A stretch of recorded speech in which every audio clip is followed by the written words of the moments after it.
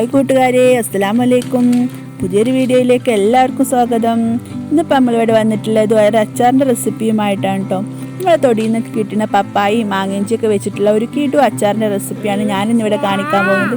വളരെ ഈസി ആയിട്ട് തയ്യാറാക്കാൻ പറ്റുന്ന നല്ല സ്വാദിഷ്ടമായ ഒരു അച്ചാറാണ് കേട്ടോ ഇത്.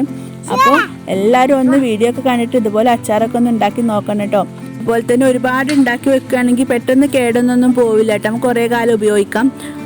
അപ്പോൾ എന്തായാലും നിങ്ങൾ വീഡിയോ ഒക്കെ ഒന്ന് മുഴുവനായിട്ട് കാണും കേട്ടോ. എന്നിട്ട് അഭിപ്രായങ്ങളൊക്കെ കമൻറ്റ് ബോക്സിലൂടെയൊക്കെ ഒന്ന് അറിയിക്കണം കേട്ടോ. പിന്നെ എൻ്റെ ചാനൽ സബ്സ്ക്രൈബ് ചെയ്യാതെ കാണണമെങ്കിൽ ഒന്ന് സബ്സ്ക്രൈബ് ചെയ്ത് സപ്പോർട്ട് ചെയ്യണേ. ആ ബെല്ലൈക്കണും കൂടി ഒന്ന് പ്രസ് ചെയ്യുകയാണെങ്കിൽ ഞാനിടുന്ന വീഡിയോസിൻ്റെ നോട്ടിഫിക്കേഷനൊക്കെ നിങ്ങൾക്ക് അപ്പം തന്നെ കിട്ടുന്നതായിരിക്കും. ഇതുപോലുള്ള പുതിയ പുതിയ വീഡിയോസൊക്കെ ആയി വരുമ്പോൾ നിങ്ങൾക്ക് വീണ്ടും കാണാം.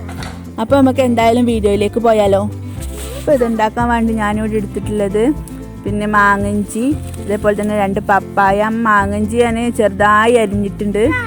അപ്പോൾ 1 കിലോൻ്റെ അടുത്തൊക്കെ മാങ്ങഞ്ചി ഉണ്ടായിരുന്നു. പിന്നെ അതിലേക്ക് പിന്നെ ഞാൻ എടുത്തത് 2 പപ്പായാണ്, അതും ചെറുതായി അരിഞ്ഞിട്ടുണ്ട്. നമ്മൾ അച്ചാറിനൊക്കെ അരിയുമ്പോൾ ചെറുതായി അരിയണം കേട്ടോ. അപ്പോൾ അപ്പോഴാണ് അതിൻ്റെ ആ ഒരു ടെക്സ്ചർ, അച്ചാറിൻ്റെ ടെക്സ്ചറിന് ടേസ്റ്റും പിന്നെ ഭംഗിയൊക്കെ ഉണ്ടാവുക. പിന്നെ അതുപോലെ തന്നെ ഒരല്ലി വെളുത്തുള്ളി ഇത് മുഴുവനായിട്ടും ചെറുതായിട്ട് അരിഞ്ഞിട്ടുണ്ട്. പിന്നെ കുറച്ച് ചെമ്മീൻ, പിന്നെ പച്ചമുളക് ചെറുതായി അരിഞ്ഞത്, പിന്നെ കായത്തിൻ്റെ പൊടിയാണ് എടുത്തിട്ടുള്ളത്.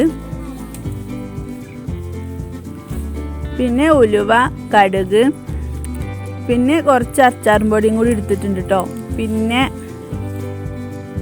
മുളകും പൊടി. പിന്നെ നല്ലെണ്ണയിലാണ് ഞാൻ അച്ചാർ തയ്യാറാക്കുന്നത്. അച്ചാർ തയ്യാറാക്കുമ്പോൾ എപ്പോഴും നല്ലെണ്ണയിൽ തയ്യാറാക്കാൻ വേണ്ടി നോക്കട്ടോ, അതാണ് അതിൻ്റെ ഒരു ടേസ്റ്റ്. ഇനി ഇതിലേക്ക് പൊടിക്കേണ്ടതൊക്കെ നമുക്ക് ആദ്യം തന്നെ പൊടിച്ചെടുക്കാം. അപ്പോൾ അതിന് വേണ്ടിയിട്ട് നമുക്ക് ഉലുവയും കടുകൊക്കെ ഒന്ന് വറുക്കണം. അപ്പോൾ ചട്ടി അടുപ്പത്ത് വെച്ചിട്ട് ഒരു 1/2 സ്പൂൺ കടുകും 1/2 സ്പൂൺ ഉലുവയും അത് രണ്ടും കൂടി ഇട്ടിട്ട് നല്ലപോലെ ഒന്ന് വറുത്തെടുക്കുക. പിന്നെ കടുകൊക്കെ ഒന്ന് മൂത്ത് വരുമ്പോൾ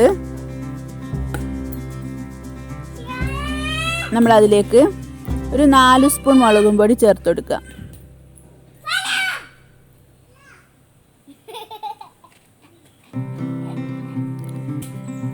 തീ കുറച്ച് വെച്ചിട്ട് ചെയ്യണം കേട്ടോ, അല്ലെങ്കിൽ മുളകും പൊടി കറുപ്പ് കളറായി മാറും ചൂടേറിയാൽ. അപ്പോൾ നമ്മൾ തീ കുറച്ച് വെച്ചിട്ടാണ് ചെയ്യേണ്ടത്. പിന്നെ 1 സ്പൂൺ കായപ്പൊടിയും കൂടി ഇതിലേക്ക് ചേർത്ത് കൊടുക്കുക. അപ്പോൾ ഇത് നല്ലപോലെ ഒന്ന് വറുത്തെടുക്കുക. എന്നിട്ട് നമുക്കിതൊന്ന് മിക്സിയിലിട്ട് പൊടിച്ചെടുക്കാം. അങ്ങനെ അത് പൊടിച്ചെടുത്തു. ഇനി നമുക്ക് അതിലേക്ക് ആവശ്യമായ ചെമ്മീനുണ്ട്, അതും കൂടി ഒന്ന് വറുത്ത് പൊടിച്ചെടുക്കണം. അപ്പോൾ ഈ ചട്ടി തന്നെ നമുക്ക് അടുപ്പത്ത് വെച്ചിട്ട് ഇതിൽ തന്നെ ഇട്ടുകൊണ്ട് നമുക്ക് ചെമ്മീനൊന്ന് വറുത്തെടുക്കാം.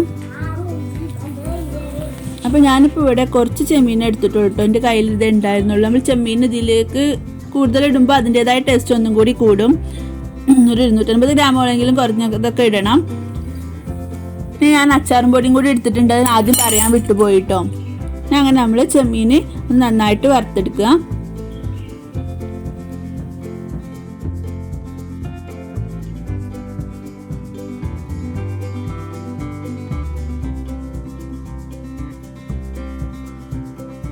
അപ്പോൾ ഇതും റെഡി വന്നിട്ടുണ്ട്. നമുക്കിത് ഒന്ന് പൊടിച്ചുകൊണ്ട് മാറ്റി വെക്കാം.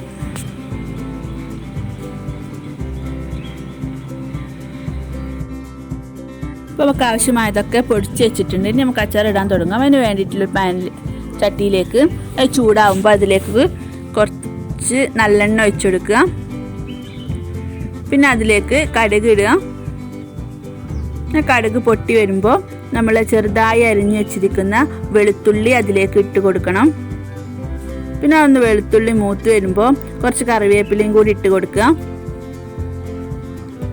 നല്ല പോലെ ഒന്ന് വഴറ്റിയിട്ട് ഇളക്കി കൊടുത്തിട്ട് പച്ചമുളക് ചെറുതായി അരിഞ്ഞതും കൂടി ചേർത്ത് കൊടുത്ത് ഒന്നും കൂടി നല്ലപോലെ ഒന്ന് ഇളക്കി കൊടുക്കുക. പിന്നെ നമ്മൾ അരിഞ്ഞു വെക്കുന്ന മാങ്ങഞ്ചി, ഈ മാങ്ങഞ്ചി ഞാൻ ഇങ്ങനെ ഡയറക്റ്റായിട്ട് ഇട്ട് കൊടുക്കുകയാണ് ചെയ്യുന്നത്. നമുക്ക് വേണമെങ്കിൽ ഒന്ന് തിളപ്പിച്ച് ഊറ്റിയിട്ടും കൂടി ഇട്ട് കൊടുക്കാം. അപ്പോൾ ഇങ്ങനെ ഇട്ടാലും കുഴപ്പമില്ല. അപ്പോൾ ഞാൻ അങ്ങനെ ഇട്ട് കൊടുത്തിട്ടുണ്ട്. എന്നിട്ട് ഒന്ന് നല്ലപോലെ ഒന്ന് വഴറ്റിയെടുക്കണം. നല്ലപോലെ മിക്സ് ചെയ്തിട്ട് അതിലേക്ക് നമ്മൾ അരിഞ്ഞു വെച്ചിരിക്കുന്ന പപ്പായയും കൂടി ഒന്ന് ചേർത്ത് കൊടുക്കുക. ഒന്ന് കുറച്ച് നേരം നമുക്ക് അടുപ്പത്ത് വെക്കാം. ഇടയ്ക്കിടയ്ക്ക് ഒന്ന് ഇളക്കി കൊടുക്കണം. കുറച്ചൊന്ന് വേവിച്ചെടുക്കണം. ഇനി അച്ചാറൊന്ന് നല്ലപോലെ വേവിച്ചെടുക്കുവേണ്ട, നമ്മൾ സുർക്ക ഒഴിച്ച് വെക്കുമ്പോൾ തന്നെ അതിൽ കിടന്ന് തന്നെ അങ്ങനെ വേവും. അപ്പം അങ്ങനെ വേവുന്നതായിരിക്കും അതിൻ്റെ ഒരു ടേസ്റ്റ്. ഇങ്ങനെ നമ്മൾ അടുപ്പത്ത് വെച്ച് വേവിച്ചെടുക്കണേക്കാളും ടേസ്റ്റ് അങ്ങനെ സുർക്കയിൽ കിടന്നാണ്ട് വേവണമായിരിക്കും.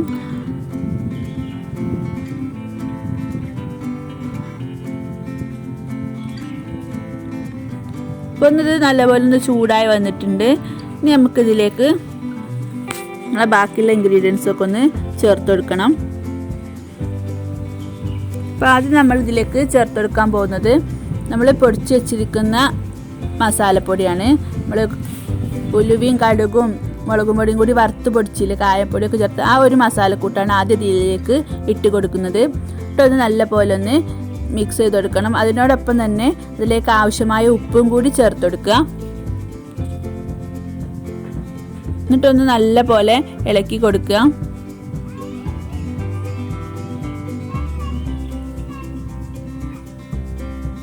ഉപ്പൊക്കെ എല്ലായിടത്തും എത്തുന്ന രീതിയിൽ ഇളക്കി കൊടുക്കുക കേട്ടോ.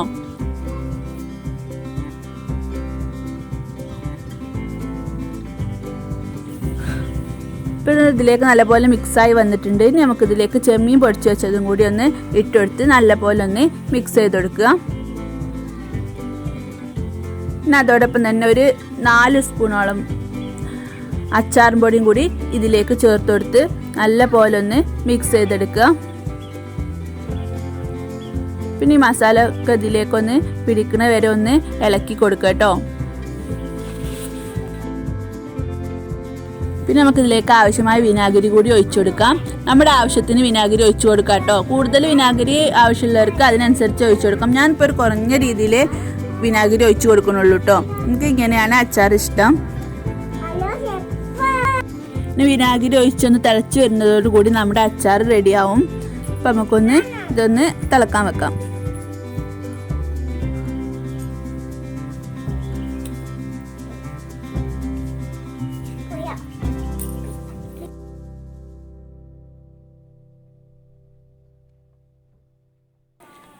പിന്നെ ഈ സമയത്ത് നമുക്ക് ഉപ്പൊക്കെ കുറവുണ്ടെങ്കിൽ നോക്കിയിട്ട് ചേർത്ത് കൊടുക്കാം.